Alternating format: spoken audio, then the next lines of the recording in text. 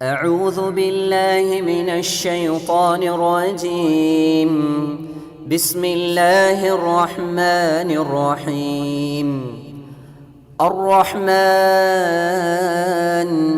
علم القرآن. அஸ்ஸலாமு அலைக்கும் வரஹ்மத்துல்லாஹி வபரகாத்துஹு. அன்பிற்குரிய சகோதர சகோதரிகளே, தொடர்ச்சியாக வாட்ஸ்அப் மூலம் கேட்கப்படுகிற கேள்விகளுக்கான பதில்களை பார்த்து வருகிறோம். அந்த அடிப்படையில் இந்த வாரம் கேட்கப்பட்ட கேள்விகளுக்கான பதில்களை ஒவ்வொன்றாக பார்ப்போம். அதில் முதலாவதாக காரைக்காலை சார்ந்த சல்மான் பின் நாசர் என்கிற சகோதரர் ஒரு கேள்வி எழுப்பியிருக்கிறார். நான் கடனாக பொருளாதாரம் கேட்கிற போது, உதாரணத்திற்கு ஒரு 1 லட்சம் ரூபாய் கேட்கிறேன் என்றால் 3000 அதில் ஃபிக்ஸ்டா, அதில் மாதம் லாபமாக கிடைக்கிற அந்த தொகையிலிருந்து தர வேண்டும் என்று கேட்கிறார்கள். இது மார்க்கத்தில் கூடுமா என்பதை கேட்கிறாங்க. மார்க்கம் நமக்கு ஒவ்வொரு விஷயத்திலையும் எப்படி நடந்து கொள்ள வேண்டும் என்கிற நடைமுறையை நமக்கு சொல்லித் தருகிற மாதிரியே பொருளாதார கொடுக்கல் வாங்கலிலேயும் எப்படி நடக்க வேண்டும் என்கிற அடிப்படைகளை நமக்கு சொல்லித் தருகிறது. அந்த அடிப்படையில் இப்போ நாம் ஒருவரிடத்திலிருந்து ஒரு தொகையை பெறுகிறோம். நாம் அதற்கான அந்த உடல் உழைப்பு செய்வதற்கு தயாராக இருக்கிறோம். ஒரு துறையில் நாம் சிறந்து விளங்குகிற போது தொழில் செய்ய தெரியாதவர்கள் அல்லது அதற்கு வாய்ப்பில்லாதவர்கள், நேரம் இல்லாதவர்கள் பொருளாதாரத்தை கையில் வைத்திருப்பார்கள். நம்மிடத்தில் பொருளாதாரம் இல்லாமல் இருக்கலாம். இப்போ இந்த நேரத்தில் அவரிடமிருந்து பெற்ற பொருளாதாரம் மூலமாக நாம் தொழில் செய்து நாம அதில் கிடைக்கிற, அவர் உழைக்காமல் இதில் ஸ்லீப்பிங் பார்ட்னராக நம்மோடு ஒரு பங்குதாரராக தொடருவதில் மார்க்கம் எந்த விதத்திலையும் தடை விதிக்கலை. ஆனால் அதில் நீங்கள் சொன்ன அந்த முறை, குறிப்பிட்ட ஒரு தொகையை நாம் ஃபிக்ஸ் பண்ணுறது தொடர்பாகத்தான் மார்க்கம் சில வழிகாட்டுதலை நமக்கு வழங்குது. இதில் இதை எப்படி நாம் சொல்கிறோம் அப்படின்னு பார்த்தோம்னா, அல்லாஹ்வுடைய தூதருடைய காலகட்டத்தில் இந்த நடைமுறை இருந்துச்சு. என்ன நடைமுறை? நபிகள் நாயகம் ஸல்லல்லாஹு அலைஹி வஸல்லம் அவங்க மக்காவிலிருந்து அங்கு வாழ முடியாத, இஸ்லாத்தை கடைபிடிக்க முடியாத சூழல் ஏற்பட்டதோடு சஹாபாக்கள், முஹாஜிர்கள் எல்லாம் அங்கிருந்து மக்காவிலிருந்து இடம்பெயர்ந்து மதீனாவுக்கு ஹிஜ்ரத் செய்து வருகிறார்கள். இப்படி ஹிஜ்ரத் செய்து வந்த நபித்தோழர்கள் எதுவுமே பெரிய பொருளாதார பின்னணி இல்லாமல் இருக்கிற போது அவர்களை அரவணைத்த அன்சாரிகள் பல உதவிகளை செய்து வந்தாலும் கூட அவங்க தன்மானத்தோடு, இல்ல நாங்க உங்களிடத்தில் இருக்கிற அந்த நிலங்களை எங்களிடத்தில் தாருங்கள், நாங்கள் அதுல வேலை செய்கிறோம், பணி செய்கிறோம், நிலம் உங்களுடையது, பணி உடல் உழைப்பு எங்களுடையது, அதில் கிடைக்கிற லாபத்தை நாம பகுதியாக பிரித்து கொள்ளலாம் என்கிற முறையில அவங்க ஒப்பந்தம் செய்து கொண்டதை நீங்க சஹி புகாரியில 2630வது இலக்கத்தில் பதிவு செய்யப்பட்ட செய்தியில நீங்க பார்க்கலாம். அனஸ் ரலியல்லாஹு அன்ஹு அவர்கள் அறிவிக்கிறாங்க, லம்மா கதிமல் முஹாஜிரூன அல் மதீனத்த மினல் மக்கா, மக்காவிலிருந்து மதீனாவுக்கு முஹாஜிரன்கள் வந்தபோது லைசபி ஐதீஹிம், அவங்க கையில ஒன்றுமே இல்லாமல் இருந்த நேரத்தில் வகானத்தில் அன்சாரு அஹ்லில் அர்ல், அன்சாரிகள் அந்த நிலங்களை உடைமையாக வைத்திருக்கிற அந்த சந்தர்ப்பத்தில் அப்ப இருவருமே ஒரு ஒப்பந்தத்தை பேசிக்கிறாங்க.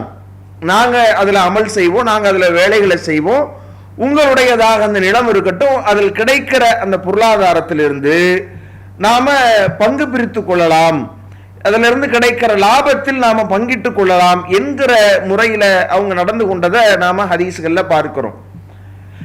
இன்னும் அல்லாஹ்வுடைய தூதர் ஹைபர் போர்க்கட்டத்தின் போதும் கூட நபிகள் நாயகம் ஸல்லல்லாஹு அலைஹி வஸல்லம் அவர்கள் யூதர்களிடத்தில் சில ஒப்பந்தங்களை செய்கிறாங்க.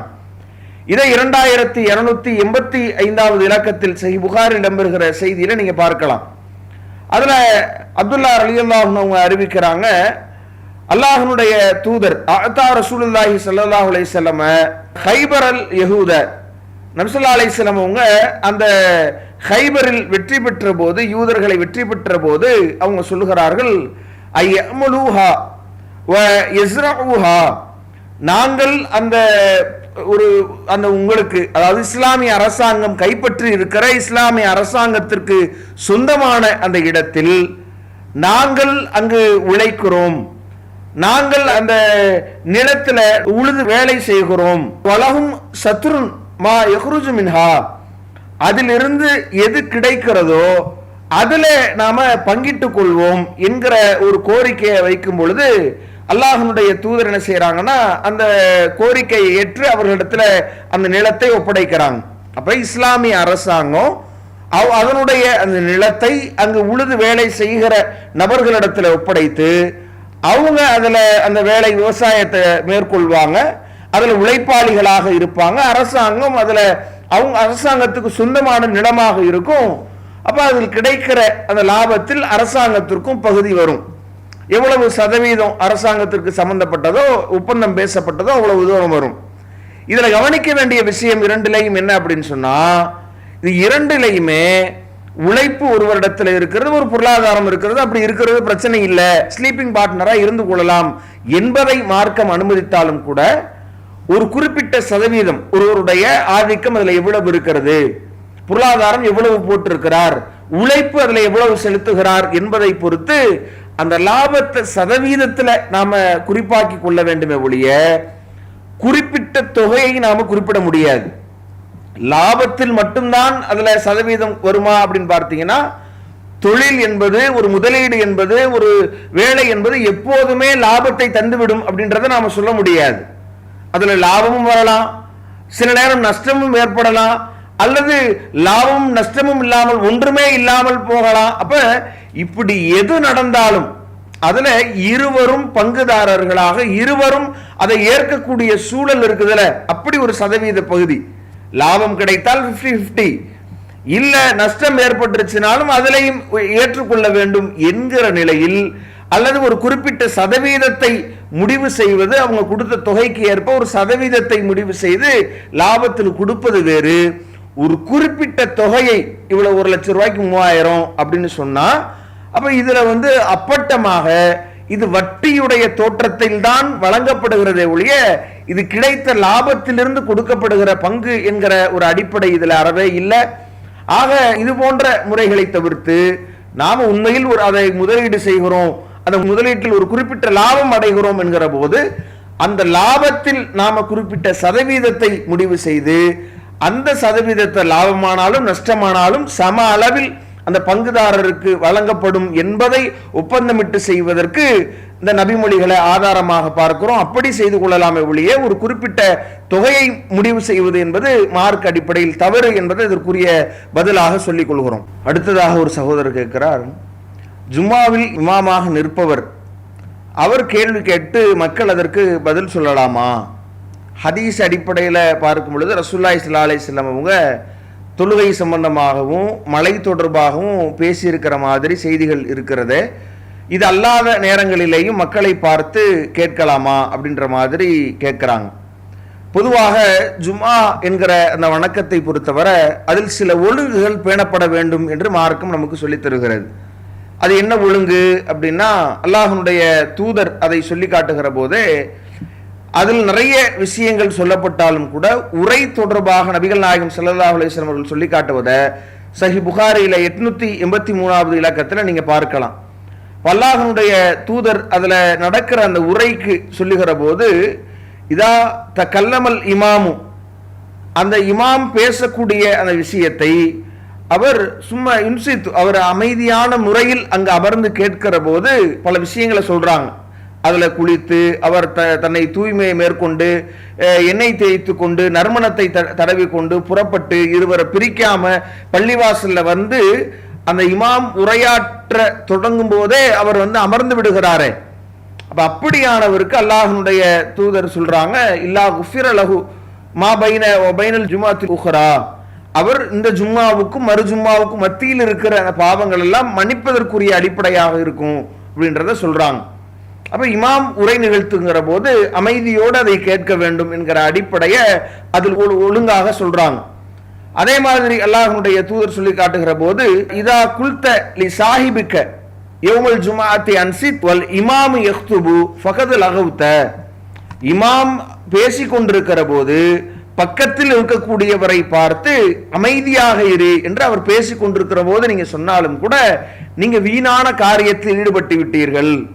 அந்த அமைதி என்பது இமாம் பேசும்போது எந்த அளவுக்கு பேணப்பட வேண்டும் என்றால், அமைதியாக இருங்கள் என்று பேசிக் கொண்டிருக்கிற ஒருவரிடத்தில் கூட சொன்னாலும், நல்லதை சொன்னாலும் கூட நாம் குற்றவாளியாக ஆகிவிடுவோம், நாம வீணான காரியத்தில் ஈடுபட்டவர்களாக மாறிவிடுவோம் என்று அல்லாஹ்வுடைய தூதர் சொல்லி காட்டுவதை நாம சஹீஹ் புகாரியில் இடம்பெறுகிற 934வது இலக்கத்தில் பார்க்கிறோம்.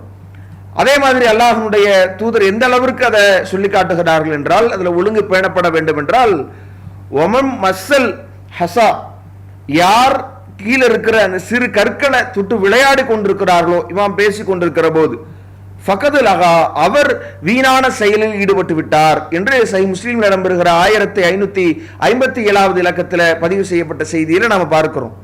அப்ப இந்த ஜும்ஆவுடைய அந்த தினத்தில் இமாம் பேசிக் கொண்டிருக்கிற போது, உரை நிகழ்த்தி கொண்டிருக்கிற போது, அந்த உரையின் போது அமைதியாக இருக்கிற போது பெரும் நன்மையை அடைகிறோம்.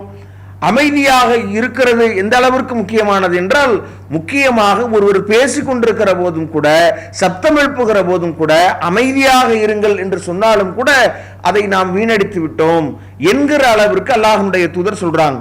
கீழே இருக்கிற சிறு கற்களை நகர்த்தி விளையாடுகிற சாதாரண இந்த வேலைகள் கூட நம்முடைய அந்த அமலை வீணாக்கி விடும், வீணான காரியத்தில் நாம் ஈடுபட்டு விட்டோம் என்று அல்லாஹ்வுடைய தூதர் சொல்கிறார்கள் என்றால், அவ்வளவு ஒரு முக்கியமான அந்த நேரத்திலும் கூட ஒரு அதுல அமர்ந்து இருக்கக்கூடியவர்கள் அமைதியாக இருக்கணும், கவனமாக கேட்கணும் என்கிற விஷயங்களை நாம பார்க்கிறோம்.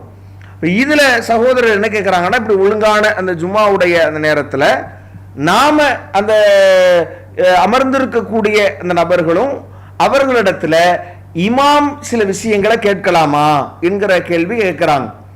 அப்ப அது மாதிரி நாம கேட்கலாமா என்பதற்கான ஆதாரங்களாக பார்க்கிற போது, அல்லாஹ்வுடைய தூதர் சில சந்தர்ப்பங்கள்ல கீழே அமர்ந்திருக்கக்கூடியவர்களிடத்துல நபி அவர்கள் இமாமாக இருக்கிற நிலையில் பேசி இருக்கிறாங்க, முக்கியமான சில சந்தர்ப்பங்கள்ல.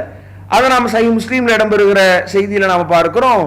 அல்லாஹ்வுடைய தூதர் உரை நிகழ்த்தி கொண்டிருக்கிற போது ஒருவர் வருகிறார். அல்லாஹ்வுடைய தூதர் அவரிடத்துல கேட்கிறாங்க, ரக்காத்தைனி, 2 ரக்காத்துகளை தொழுது விட்டீர்களா என்று கேட்கிறாங்க. அப்ப அவர் சொல்கிறார், லா, இல்லை என்று சொன்னதோடு, கும், எழுந்து, ஃபர்காஹுமா, அவ்விரண்டையும் தொழுது விடுங்கள் என்று அல்லாஹ்வுடைய தூதர் சொல்றாங்க.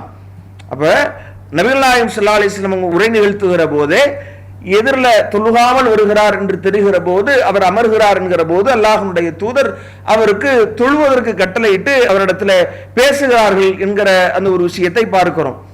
அதே மாதிரி ஒரு முறை பெரும் பஞ்சம் பிடித்த போது மதீனாவாசிகள்ல அதுல ஒரு நபர் எழுந்து, அல்லாஹ்வுடைய தூதரை, இவ்வளவு பெரும் நிலை ஏற்பட்டு விட்டது, ஆடுகள் குதிரைகள்லாம் அழிந்துருச்சு, அப்ப நீங்க அல்லாஹ்விடத்தில் பிரார்த்தனை செய்யுங்கள் என்று கேட்டதோடு அல்லாஹ்வுடைய தூதர் பிரார்த்தனை செய்யறாங்க. அப்ப உடனே அங்கு பெரிய அளவிற்கு ஒரு மேகம் ஒன்று திரண்டு மழை பொழிகிறது. அதே மாதிரி இதுல இவங்க வெளியே வருகிற போது இவங்க தண்ணீர்ல மூழ்கி வெளியே போகிற அளவிற்கு பெரிய வெள்ளம் ஏற்படுகிறது.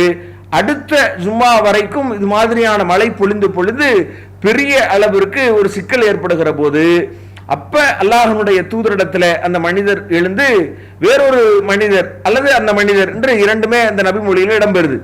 அப்ப அல்லாஹ்விடத்துல மழையை நிறுத்துவதற்காக பிரார்த்தனை செய்யுங்கள் என்று கேட்கிற போது அல்லாஹ்வுடைய தூதர் அதற்கான பிரார்த்தனைகளை மேற்கொள்கிறார்கள் என்கிற செய்தியை சஹீஹ் புகாரியில 3582வது இலக்கத்துல நாம பார்க்க முடிகிறது. அப்ப இது மாதிரியான முக்கியமான சில நிகழ்வுகளின் போது கீழே இருக்கக்கூடியவர்கள் தங்களுக்குள் பேசிக்கொள்ளாம இமாம் இடத்துல சில தகவல்கள் தெரிவிக்க வேண்டி இருந்தால் அப்படி தெரிவிப்பதற்கும் இதுல நாம இதை இவ்விரண்டையும் ஆதாரமாக பார்க்கிறோம். அதே மாதிரி இமாமும் தேவைப்படுகிற நேரத்தில் அங்கு கீழே இருக்கக்கூடியவர்களிடத்துல எதையாவது சொல்ல வேண்டும், தகவல் சொல்ல வேண்டும், தகவல் கேட்டுக்கொள்ள வேண்டும் என்கிற போது கேட்கலாம். ஆனா அதையே நாம ஒரு முறை இல்லாம தொடர்ச்சியாக, ஏன்னா நாம முன்னால் பார்த்த அந்த செய்திகள் எல்லாம் அந்த உரையும் அதுல கேட்கப்படக்கூடியவர்களும் அதுல எவ்வளவு கவனத்தோடு இருக்க வேண்டும் என்பதை மிக தெளிவாக சொல்லி காட்டியிருக்கிற போது, அதற்கு முரண்படாத வகையில அது அந்த செயல்கள் அந்த அடிப்படைகள் பாழ்படாத வகையில நாம தேவைக்கு நிமித்தமாக இமாமிடத்துல கீழே அமர்ந்திருக்கக்கூடியவர்கள் பேசுவதும் சொல்வதும் சில தகவல்களை கேட்டுக்கொள்வதும், அல்லது இமாம் அங்கு கீழே இருக்கக்கூடியவர்களிடத்துல எதையாவது ஒரு தகவலை கேட்டுக்கொள்வதும் பிரச்சனை இல்லை. வழமையாக இதுல எதையும் நாம் ஆக்கிடக்கூடாது, அல்லது தேவையற்ற விஷயங்கள் அங்கு கேட்டுக்கொண்டிருக்க கூடாது. அதுவும் இல்லாம உட்கார்ந்து கீழே இருக்கிறவரிடத்துல எழுப்பி கேள்வி கேட்கிற மாதிரியான சூழ்நிலைகள், அது இன்னும் சில நெருக்கடிகளை அவங்களுக்கு உண்டாக்கும். பொதுவாக அப்படியான நிலைகளை நாம கேட்கிற போது அனைவருமே தெரிந்தவர்களாக அங்கு வருவதற்கான வாய்ப்புகள் இல்லாமல் இருக்கும். அப்ப கேள்வி எழுப்புகிற போது அது அனைவருக்கும் முன்னாடி அவருக்கு ஒரு ஒரு ஒரு சங்கடத்தை ஏற்படுத்தும். அது அவங்க ஜும்மாவில் தொடர்ந்து வேற எங்கேயாவது உட்கார்ந்துக்கலாமா, கடைசியில போய் அமர்ந்து கொள்ளலாமா என்கிற மாதிரியான சூழ்நிலைகளை, அசௌகரியங்களை உண்டாக்கும். அப்ப அதையெல்லாம் கவனித்து தேவை இருக்கிற போது நாம சில விஷயங்களை கேட்டுக்கொள்ளலாம். தேவை இருக்கிற போது, அவசிய தேவை என்கிற போது நாம அதை சொல்லிக் கொள்ளலாமே ஒழிய, இது அல்லாமல் நாம அதை வளமையாக ஆக்கி அந்த ஜும்மாவுக்காக அந்த ஒழுங்குகளாக சொல்லப்பட்ட விஷயங்களை மீறி அதில் நடந்து கொள்ளக்கூடாது என்பதை இதற்குரிய பதிலாக சொல்லிக் கொள்கிறோம். அடுத்ததாக நாகர்கோயிலை சார்ந்த முபாரக் என்கிற சகோதரர் ஒரு கேள்வி எழுப்பியிருக்கிறார். பெண்கள் ஆண்களுக்கு தாவா செய்யலாமா, நபி அவர்கள் இந்த வழிமுறையை காட்டி தந்திருக்கிறார்களா என்கிற கேள்வி எழுப்பியிருக்கிறார். பொதுவாக இந்த தாவா செய்வதை பொறுத்தவரை அது ஒவ்வொருவருக்குமாக, ஆண் பெண் என்கிற இருபாலருக்குமான கடமையாக, பொதுவான கடமையாக பல திருமறை வசனங்கள் நமக்கு சொல்லி காட்டுகிறது. அல்லாஹ் இந்த சமுதாயத்தை சிறந்த சமுதாயமாக அடையாளப்படுத்துகிற போதும் கூட, வல்தக்கும் மின்கும் உம்மத்துன் யதுஊன இலல் கைர் யஅமரூன பில் மஅரூஃபி வ யன்ஹவுன அனில் முன்கர், உங்களில் ஒரு கூட்டம் இருக்க வேண்டும். அந்த கூட்டம் எப்படி இருக்கணும் அப்படின்னா, நன்மையை ஏவி தீமையை தடுக்க வேண்டும். உலாய்க ஹுமுல் முஃப்லிஹூன், அவர்கள்தான் வெற்றி பெற்றோர் என்று அல்லாஹ் அடையாளப்படுத்துகிறான். அதே மாதிரி அல்லாஹ்வுடைய திருமறை வசனம், குந்து ஹைர உம்மத்தின் உஹ்ரிஜத் லின்னாஸ், மனிதர்களுக்கு தோற்றுவிக்கப்பட்ட எல்லா சமுதாயங்களை விட நீங்கள் தான் சிறந்த சமுதாயமாக இருக்கிறீர்கள். தஅமரூன பில் மஅரூஃபி வ தன்ஹவுன அனில் முன்கர், நீங்கள் நன்மையை ஏவி தீமையை தடுக்கிறீர்கள் என்று இறைவன் சொல்லி காட்டுகிற ஒரு நிலையை நாம பார்க்கிறோம். அதே மாதிரி அல்லாஹ்வுடைய தூதருடைய பல உபதேசங்களை நீங்க பார்க்கலாம். சஹீஹ் முஸ்லிம்ல இடம்பெறுகிற செய்தி, ஒவ்வொருவருடைய ஒரு பொதுவாக நபி அவர்கள் எந்த அளவிற்கு பொதுப்படையாக சொல்கிறார்களோ, இன்னைக்கு ஒரு குறிப்பிட்ட சாரார் சொல்ல வேண்டும், அவர் சொல்லணும், இவர் சொல்ல வேண்டும், அதற்காக 7 வருடம் படிக்கணும், ஓதணும், அவர்தான் அந்த மார்க்க விஷயங்களை சொல்லணும் என்கிற அத்தனையும் அல்லாஹ்வுடைய தூதர் உடைத்து காட்டி சொல்கிறார்கள். மர்ரஆவு மின்கும் முன்கரன், உங்களில் யார் ஒரு தீமையை காண்கிறாரோ ஃபல் யுகையிர் பியதிஹி, அவர் தன்னுடைய கரத்தினால் அதை தடுக்கட்டும். ஃபஇல்லம் யஸ்ததி, அதற்கு சக்தி பெறவில்லை என்றால் ஃபவில் லிசானிஹி, அவர் தனது நாவினால் தடுக்கட்டும். ஃபஇல்லம் யஸ்ததி, அதற்கும் அவர் சக்தி பெறவில்லை என்றால் ஃபபி கல்பிஹி, தனது உள்ளத்தினால் வெறுத்து ஒதுக்கட்டும். வதாலிக அலாஃபுல் ஈமான், அதுதான் ஈமானுடைய பலவீனமான கடைசி நிலை என்று அல்லாஹ்வுடைய தூதர் சொல்லி காட்டுவதை நாம் பார்க்கிறோம். இப்படி எண்ணற்ற பல செய்திகள், பல்லிகு அன்னி வலவாயா, என்னிடத்திலிருந்து ஒரு செய்தி கிடைத்தாலும் கூட நீங்கள் எத்தி வைத்து விடுங்கள் என்று அல்லாஹ்வுடைய தூதர் சொல்லியிருக்கிற அத்தனையும் நபி அவர்கள் இறுதி பேருரை சொல்வது உட்பட, ஃபல் யுபல்லிக் அஸ்ஸாஹிது அல் காயிப, இங்கு வந்திருக்கக்கூடியவர்கள் வராதவர்களுக்கு எடுத்து சொல்லுங்கள், வந்திருப்பவர்களை விட அவர்கள் அதிகம் இன்னும் மேலதிகமாக விளங்கிக் கொள்ளக்கூடும் என்று இப்படியெல்லாம் அல்லாஹ்வுடைய தூதர் சொல்லியிருக்கிற அந்த அத்தனை கருத்துக்களுமே பொதுப்படையாக இரு பாலரையும் சொல்லக்கூடிய கருத்துக்களாக நீங்க பார்க்கலாம். இன்னும் தெளிவுபடுத்திய திருமறை வசனம் சொல்கிறது, வல் முஃமினூன வல் முஃமினாத்து பஅலுஹும் அவுலியா பாலின், முஃமினான ஆண்களும் முஃமினான பெண்களும் ஒருவருக்கொருவர் உற்ற நண்பர்கள். எதுல இன்றைக்கு பல மார்க்க புறம்பான விஷயங்கள் இருக்கிறது, பல அனாச்சாரமான காரியங்கள் நடந்து கொண்டிருக்கிறது. அதுலயா அல்லாஹ் அதை தொடர்ந்து சொல்லுகிறான், குறிப்பாக யஅமுரூன பில் மஅரூஃபி வ யன்ஹவுன அனில் முன்கர், அவர்கள் நன்மையை ஏவி தீமையை தடுக்கிறார்கள் அதில் என்று இறைவன் குறிப்பாக்குகிறான். முஃமினான ஆண்களும் முஃமினான பெண்களும் ஒருவருக்கொருவர் கொள்கையில் சகோதரர்கள், கொள்கை ரீதியான சகோதரர்கள். தன்னுடைய சகோதரன் உடன் பிறந்தவன் ஒரு தீமையை செய்யும் போது எப்படி தடுக்க துணிகிறார்களோ அதுபோல மற்றவரையும் அவர் தடுக்க துணிய வேண்டும்.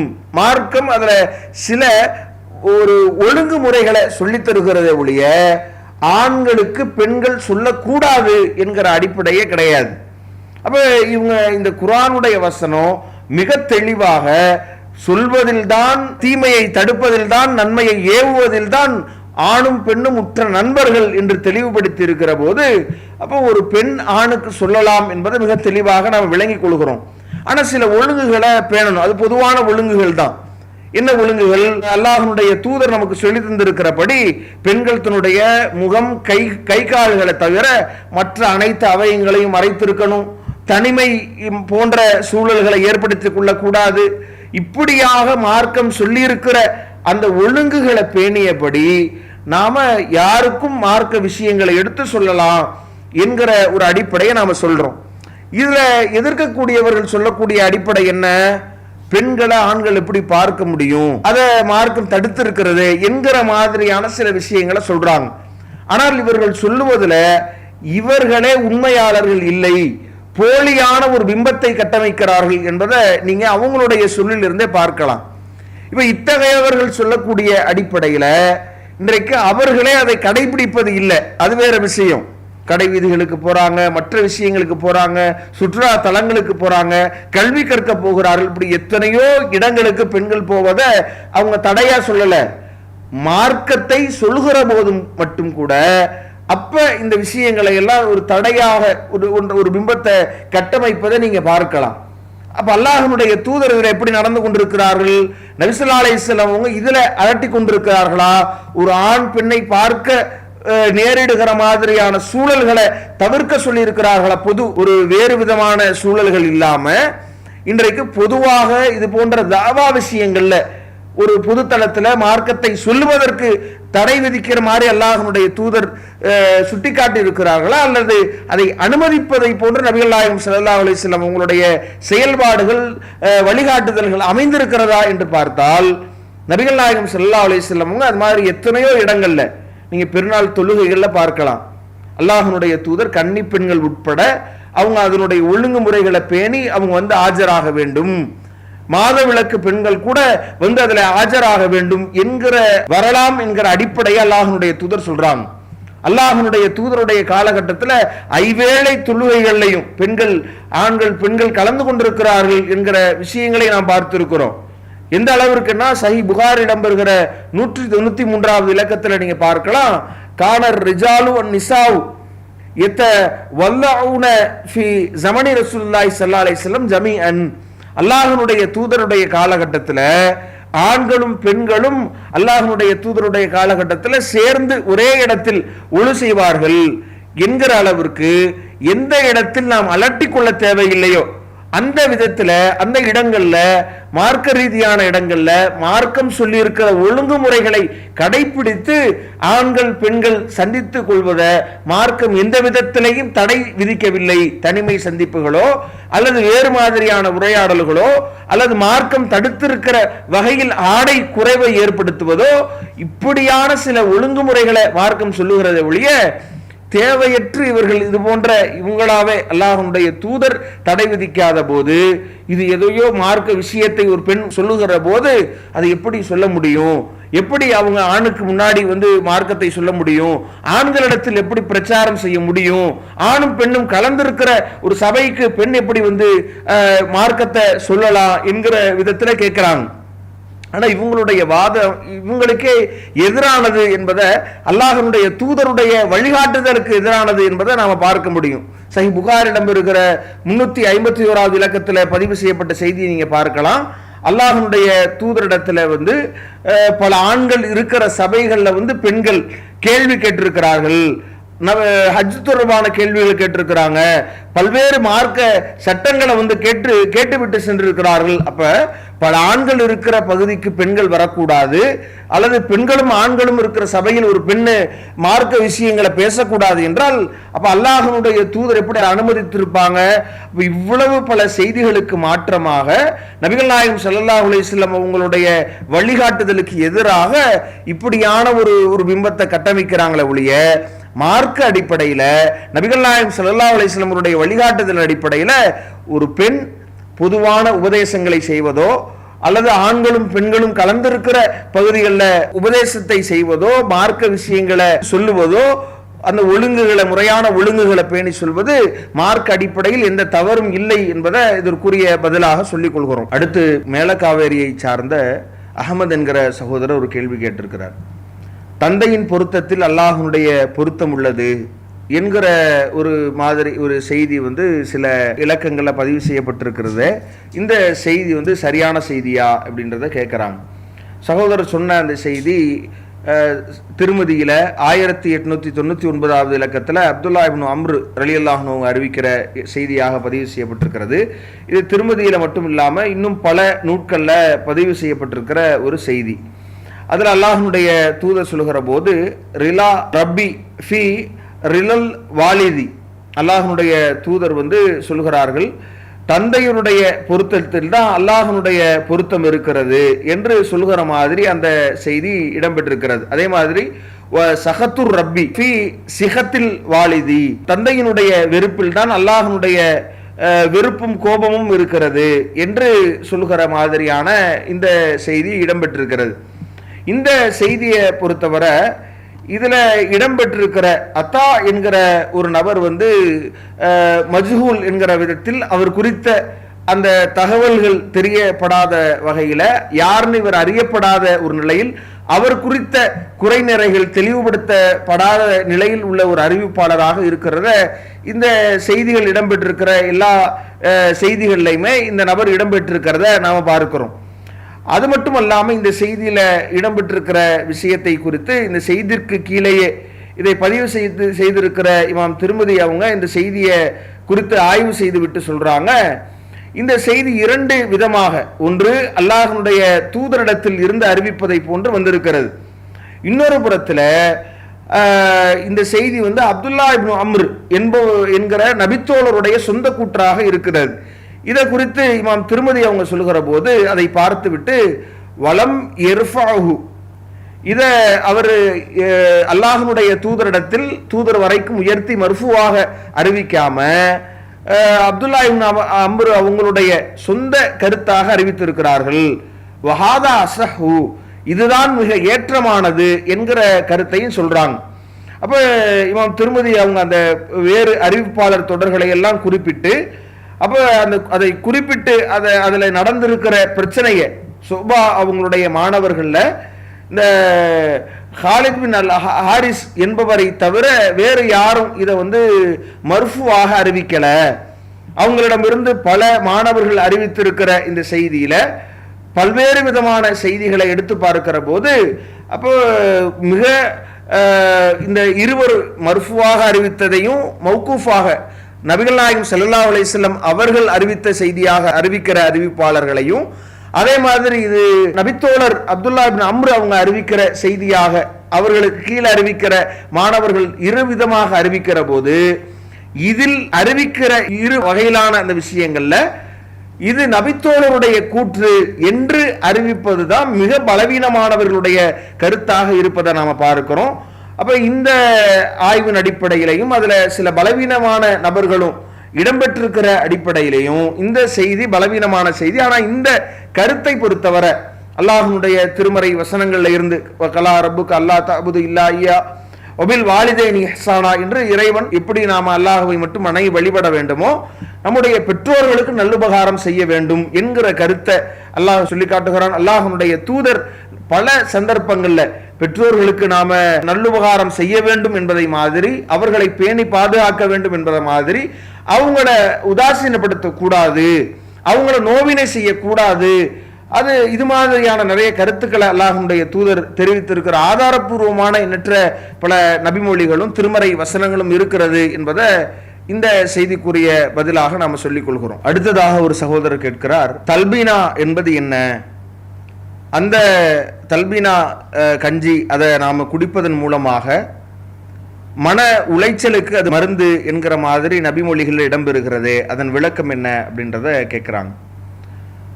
சஹீஹ் புகாரில் இடம்பெறுகிற, புகாரி மற்றும் முஸ்லீம்ல இடம்பெறுகிற செய்தியில தல்பீனா என்று சொல்லப்படுகிற பார்லி அந்த கோதுமையினால் செய்யப்படுகிற ஒரு வகை கஞ்சி மாதிரியான ஒரு பொருளை அல்லாஹ்வுடைய தூதர் அதை சிறப்புப்படுத்தி சொல்கிற மாதிரி சில செய்திகள் இடம்பெறுகிறது.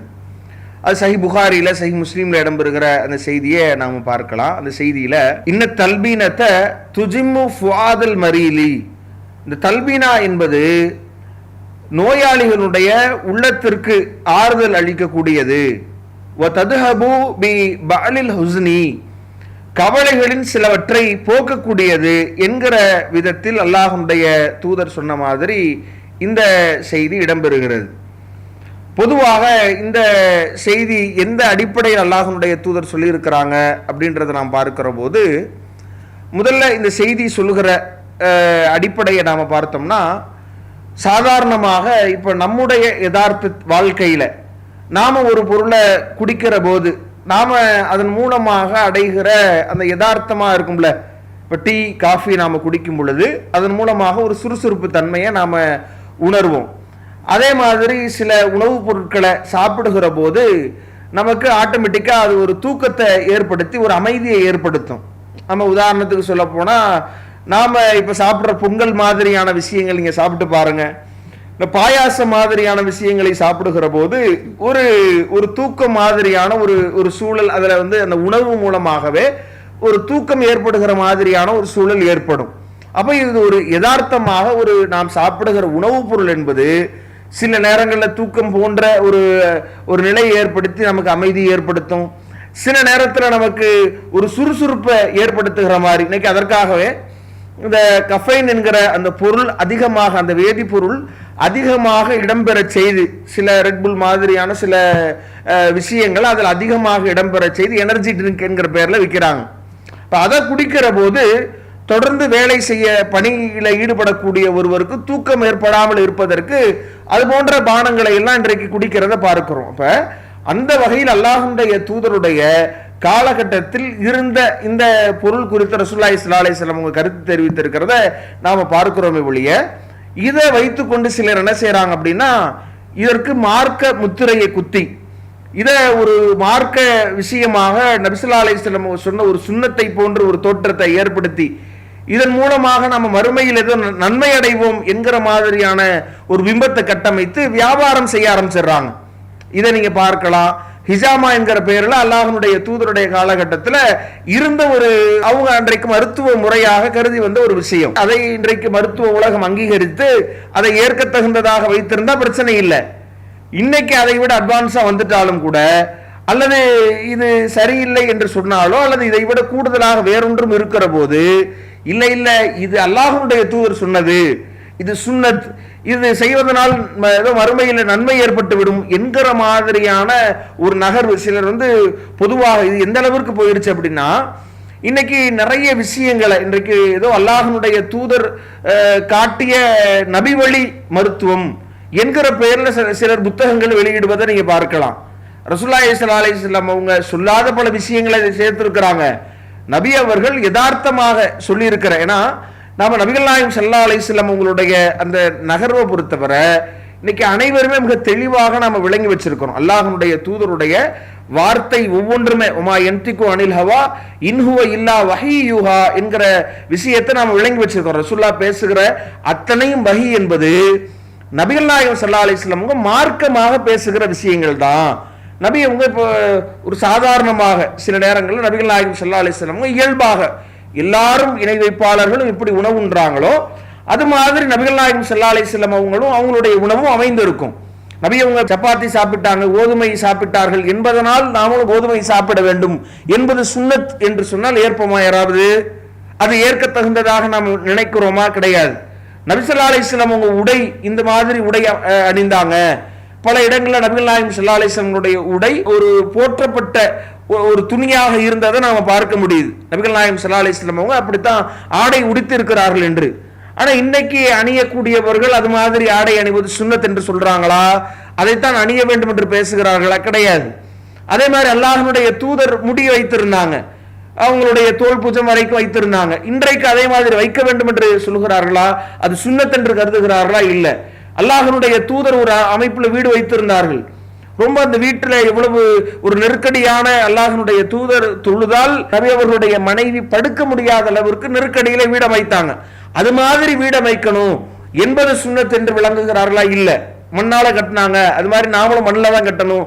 அப்போ நபி அவங்க ஒட்டகத்துல போனாங்க, நாமும் ஒட்டகத்துல தான் போகணும் என்று இதையெல்லாம் எப்படி இயல்பு வாழ்க்கையாக கருதுகிறார்களோ, நபி அவர்கள் அன்றைக்கு எது மருத்துவமாக கருதப்பட்டதோ அதை அல்லாஹ்வுடைய தூதர் செய்தாங்க. அதையும் நாம அதைத்தான் செய்ய வேண்டும் என்கிற அடிப்படையிலானது அல்ல என்பதை நாம் விளங்குறோம். இப்ப உஹது போர்க்களத்தில் அல்லாஹ்வுடைய தூதருக்கு பல் உடைக்கப்படுகிறது. அப்ப சாதாரணமாக அன்றைக்கு இருந்த மருத்துவ அடிப்படையில் ஃபாத்திமா ரலியல்லாஹு அன்ஹா அவங்க, அலி ரலியல்லாஹு அன்ஹு அவங்க தன்னுடைய அந்த தலைக்கவசத்திலிருந்து தண்ணீர் எடுத்து கொண்டு வர ஊற்றி அதை நிறுத்துவதற்கு முயற்சிக்கிறாங்க.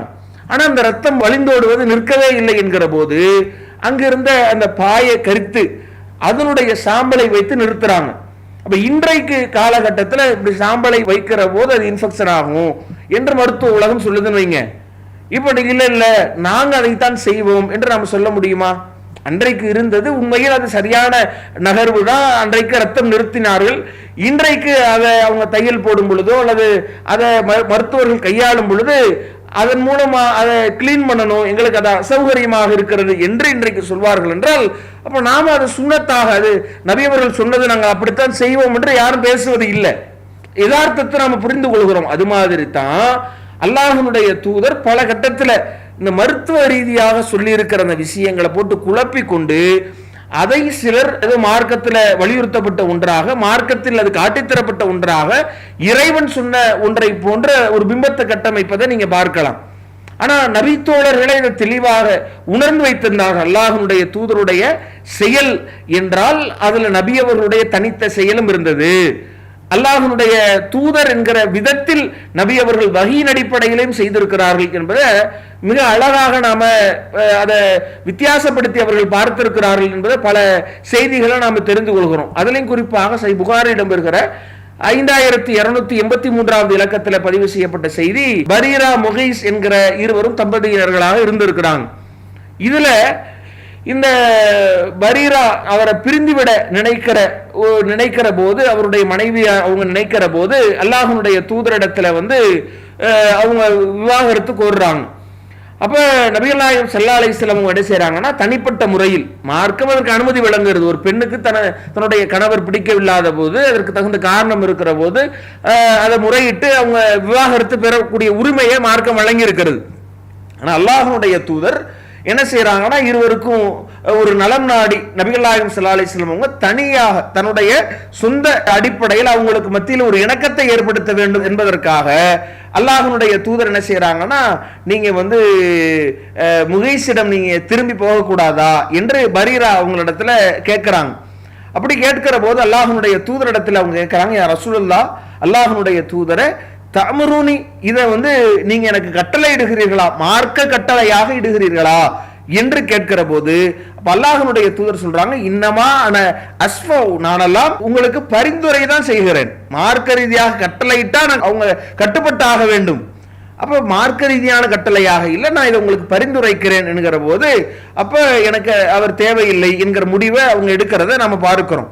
அப்ப இவங்க விளங்கி வைத்திருக்கிற மாதிரி அல்லாஹ்வுடைய தூதரும் பல இடங்கள்ல தெளிவுபடுத்தி இருக்கிறாங்க. அதற்கு உதாரணமாக நம்ம பார்க்கிற போது அல்லாஹ்வுடைய தூதர் மதீனாவுக்கு வந்த புதுதில் மதீனாவாசிகள் சிலர் அந்த பேரிச்ச மரத்துல இருக்கிற அதை கடந்து செல்கிற போது அதுல அவங்க என்ன செய்யறாங்கன்னா, ஆண் மரங்களோடு பெண் மரங்களை இணைத்து ஒட்டு சேர்க்கை செய்கிறாங்க. ஒட்டு சேர்க்கை செய்திருப்பதை பொறுத்தவரை அல்லாஹ்வுடைய தூதர் பார்த்து, இதுல எதுவும் பலன் இருக்கிற மாதிரி எனக்கு தெரியலையே என்கிற மாதிரி அல்லாஹ்வுடைய தூதர் சொல்லிடுறாங்க. சொன்னதோடு அவங்க அந்த ஒட்டு சேர்க்கை செய்வதையே விட்டுறாங்க. அடுத்த வருடம் அவங்களுக்கு ரொம்ப பெரிய அளவிற்கு பாதிப்பு ஏற்பட்டு போய்விடுகிறது. அப்ப அல்லாஹ்வுடைய தூதரிடத்துல இது தொடர்பாக சொல்லப்படுகிற போது நபிகள் நாயகம் ஸல்லல்லாஹு அலைஹி வஸல்லம் அவங்க சொல்கிற வார்த்தை என்ன அப்படின்னா, இதுதான் நாம கவனிக்க வேண்டிய விஷயம். இன்கான இன்ஃபாவுஹும், இது உங்களுக்கு அப்படி செய்வது பலனளிப்பதாக இருந்தால் ஃபல்யஸ்னவுஹு, நீங்கள் அதை செய்து கொள்ளுங்கள். ஃபஇன்னி இன்னமா லனன்து லன்னன், நான் உங்களுக்கு தெரிவித்ததெல்லாம் ஒரு யூகம்தான், அதை வைத்து நீங்க என்ன செய்யக்கூடாது, ஃபலா துவாஹிதுனி, என் மீது நீங்க குற்றம் சுமத்தக்கூடாது. அப்படி அல்லாஹ்வுடைய தூதர் இதை சொல்லிவிட்டு சொல்றாங்க, வலாக்கின் என்றாலும் இதா ஹத்தஸ்துக்கும் அனில்லாஹி ஷையன், அல்லாஹ்விடம் இருந்து எதையாவது நான் உங்களுக்கு சொன்னால் அதை நீங்க ஃபஹுது பிஹி, அதை நீங்கள் எடுத்துக்கொண்டு தான் ஆக வேண்டும். ஃபஇன்னி லன் அக்திப அலல்லாஹி அஸ்ஸ வஜல்ல, நான் அல்லாஹ்வை பற்றி உங்களிடம் பொய்யுரைக்க மாட்டேன். அல்லாஹ்வுடைய தூதர் மிக தெளிவாக இதுல பார்த்தீங்கன்னா, ரசூலுல்லாவுக்கு இந்த ஒட்டு சேர்க்கை, ஏன்னா மக்காவுல விவசாயம் செய்கிற பழக்கம் இல்லை, அவங்க வியாபாரம் செய்யக்கூடியவர்கள், மதீனாவுக்கு வந்து அந்த விவசாயம் செய்வதை பார்க்கும் பொழுது ரசூலுல்லாஹ்வுக்கு புதிதாக தென்பட ரசூலுல்லாஹ் தன்னுடைய கருத்தை, தன்னுடைய சொந்த கருத்தை தெரிவிக்கிறார்கள்.